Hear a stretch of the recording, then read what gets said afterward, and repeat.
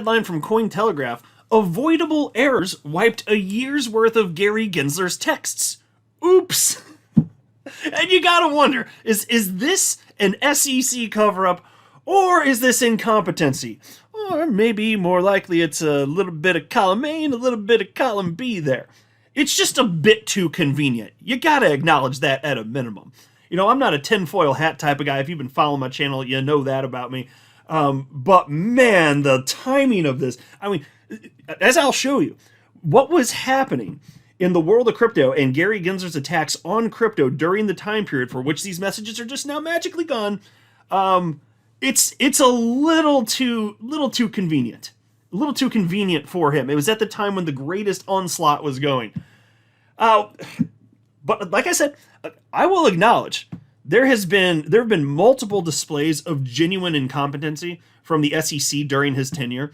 But on the flip side, he also has a bit of a track record of trying to hide stuff. And that's part of the story that I haven't really seen anybody discuss that. But there's been some things in the past.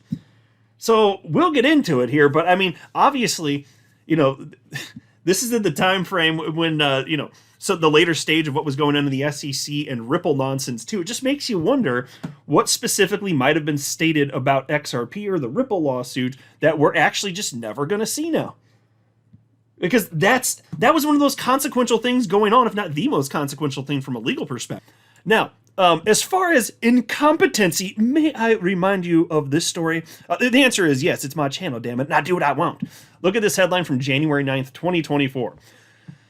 Oh my God, this is real life. SEC did not have 2FA enabled.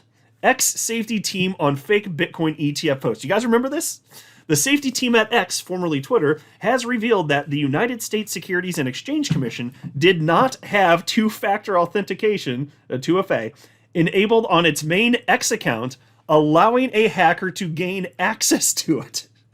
The embarrassing revelation for the SEC follows a security breach that rocked crypto markets today with a false approval of a spot Bitcoin exchange-traded fund from the SEC's official account on the social media platform.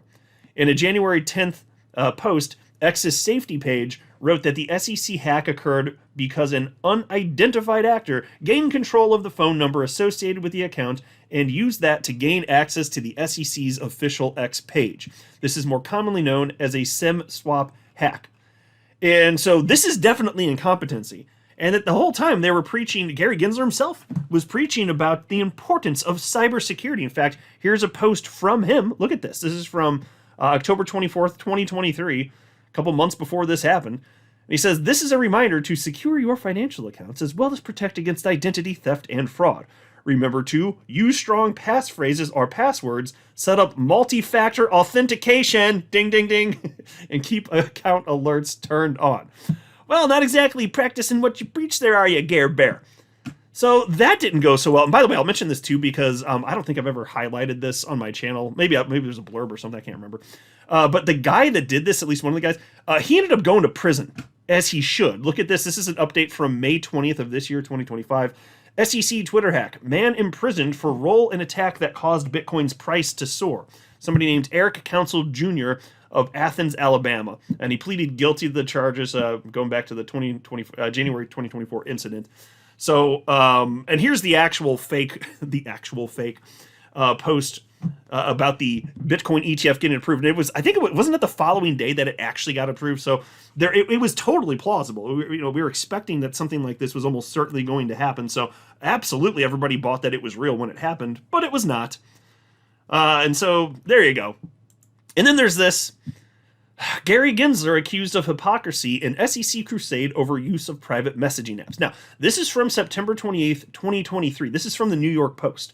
So just to give you a little taste of what Gary's been doing in order to reduce transparency before getting into exactly what happened here, I just want you to know the background here. And so piece reads as follows. WhatsApp with Gary Gensler and his old email habits. That's the question on Wall Street this week after the hard-charging boss of the Securities and Exchange Commission reportedly nears a deal with banks over employees who use private messaging apps, with critics noting that Gensler has his own awkward history of using his personal email account to conduct official business. while Gensler has fined Wall Street firms more than $1 billion for being less than careful about their habits of using WhatsApp and other encrypted messaging platforms for work, he used similar practices when he ran for the Commodity Futures Trading Commission a decade ago, according to reports. In 2013, the Office of the Inspector General raised concerns about Gensler's use of personal email to perform official business. Now, folks, why might Gare Bear be doing that? You don't do that unless there's an intent to reduce transparency. Doesn't that just seem obvious? Anyway, the IG report revealed Gensler used his personal email so much that he carried 2 smartphones, one issued by the CFTC with his work email, and another for his personal email. At the time, Gensler said that he used his personal email to communicate about official affairs because he did not know how to access his official email at home. Here's the thing about former Supreme Leader and dictator Kim Jong-Gensler. He's not stupid. He's actually highly intelligent. The idea that he didn't know how to access his official email at home, or he didn't know how to ask a human in the IT department how to do that, is not remotely believable. But you also know that this guy is not trustworthy. And he's, again, with his track record, it's very clear to me that what is most probable, though fine, technically we can't be in his head, we can't technically know anything for sure. It seems like this is absolutely by design. Unquestionably, that's what it looks like. So that's why then when I see this, I'm like, okay, is this incompetency or is this intent? This new story here. It could be one or the other or both. It could be a blend of the two. So the title here again, this is the new one. Avoidable errors wiped a year's worth of Gary Gensler's texts. ... Oops. Yeah, little oops the doodles here. Oh, Jesus Christ. Securities and Exchange Commission investigation into missing text messages from former chair Gary Gensler's phone between October 2022 and September 2023 has concluded that avoidable errors led to the loss. Now, I will pause and note, there was a lot happening in the world of crypto, including in the Ripple lawsuit. The SEC Office of Inspector General, OIG, investigated how nearly a year's worth of text messages from Gary Gensler were permanently lost between October 2022 and September 2023 during the height of the agency's crypto enforcement action campaign. And there you go. Folks, it's just a coincidence. It's during the height of the attack on crypto, but those are the ones specific. Those are the messages that are gone. Oops the doodles. Sorry about that. We're sorry. I just had a flashback to that South Park episode with that, was the BP oil spill. And that guy, whatever the CEO's name was, we're sorry. You guys know what I'm talking about. Anyway, in a report released on Wednesday, the OIG revealed that the SEC's IT department implemented a poorly understood and automated policy that caused an enterprise wipe of Gensler's government-issued mobile device, which deleted stored text messages and operating system logs.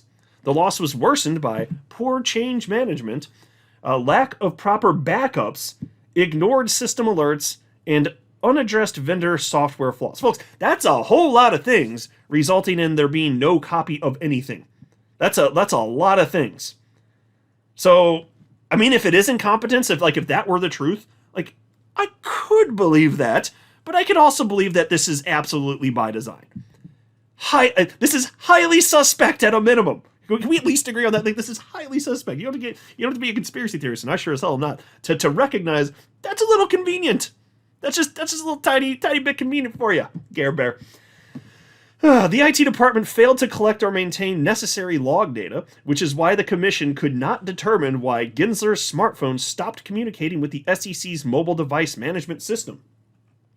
The OIG found that some of Gensler's deleted texts involved SEC enforcement actions against crypto companies and their founders, meaning that key communications about how and when the SEC pursued cases may never fully be known, not even to courts, Congress, or the public. Investigators reviewed about 1,500 messages recovered from colleagues and other records. They determined that the majority were federal records, with around 38% of the recovered text conversations mission-related, concerning matters directly involving SEC senior staff at the time, such as, quote, a May 2023 conversation involving Gensler, his staff, and the director of the Division of Enforcement about when the SEC would be filing an action against certain crypto trading platforms and their founder. So how about that? You tell me what you guys think. I think that's ridiculously convenient. And so I like this response.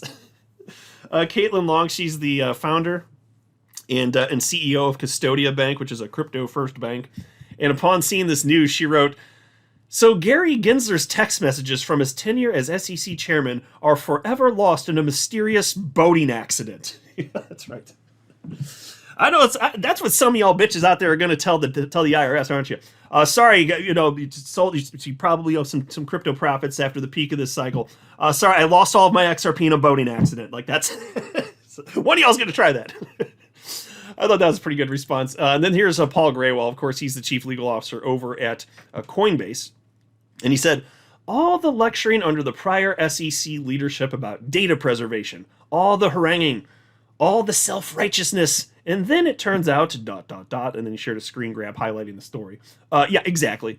That's exactly right. What a despicable, just absolutely despicable team that was running the SEC at the time. I am so glad that we have a different administration in charge of everything crypto now. Here's a post from John Deaton on this news. He said, "Gary Gensler is the poster child of corruption in Washington, D.C. His tenure as chair of the SEC will go down as one of the most shameful in modern history. Judges stated the SEC under Gensler lacked faithful allegiance to the law, acted arbitrary and capricious, and was sanctioned for perpetuating a fraud upon the court. Plus, let's face it, anyone who gets the gig to be Hillary Clinton's CFO likely has corruption in his DNA." So there you go. He's right.